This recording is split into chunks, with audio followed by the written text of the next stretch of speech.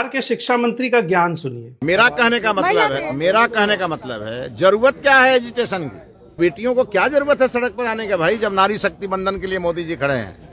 अब ये बिहार के शिक्षा मंत्री बता रहे हैं कि लड़कियों को पढ़ने की क्या जरूरत है, उनको तो पहले से ही प्रधानमंत्री नारी वंदन प्रोग्राम में शामिल कर रहे हैं। मतलब नारी वंदन करते रहो, स्कूल मत जाने दो।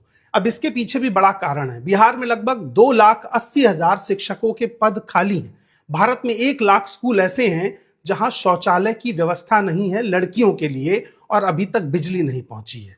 आंकड़ा बताता है कि लगभग 1 लाख स्कूल ऐसे हैं जहां सिर्फ एक टीचर है, उसी के भरोसे स्कूल चल रहा है। अगर वो एक टीचर छुट्टी करता है तो पूरे दिन के लिए स्कूल बंद हो जाएगा। डेटा और खतरनाक है, 5.4% स्कूल ही ऐसे हैं जो क्लास 1 से लेकर 12 तक की पढ़ाई करवा पाते हैं।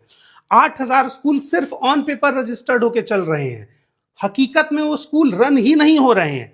और 10 में से एक स्टूडेंट हमेशा 10वीं तक की पढ़ाई में ड्रॉप आउट हो जा रहा है। भारत में लगभग पिछले 10 साल में 1 लाख सरकारी स्कूल बंद हुए, लेकिन ये डेटा आपसे छुपा दिया गया। यूपी के ज्ञानी शिक्षा मंत्री बताते हैं, बताइए, rain rain go away, come again another day, little Johnny wants to play. ये हमारी संस्कृति नहीं है। लेकिन उन्हें यह नहीं पता है कि उत्तर प्रदेश में ही लगभग 10,000 स्कूल ऐसे हैं जो सिर्फ एक शिक्षक के भरोसे चल रहे हैं, और इसका ज्ञान उनके पास नहीं है। कुछ आंकड़े ऐसे हैं जो डरा देते हैं, जैसे 50% स्कूल्स में साइंस की लैब ही नहीं है, और भारत साइंस में बड़ा नाम कमाएगा ये वादा आपसे प्रधानमंत्री ने कर दिया है। कैसे कमाएगा, इसका रोड मैप नहीं है। 1,20,000 स्कूलों में बिजली का कनेक्शन नहीं पहुंचा है, 15,000 स्कूलों में पीने का पानी नहीं है, और सबसे खतरनाक बात यह कि 1 लाख स्कूलों में लड़कियों के लिए टॉयलेट नहीं है, और 61,000 स्कूलों में तो टॉयलेट ही नहीं है। 3rd क्लास के 27% बच्चे ही ऐसे हैं जो 2nd क्लास की किताबों को पढ़ पाते हैं।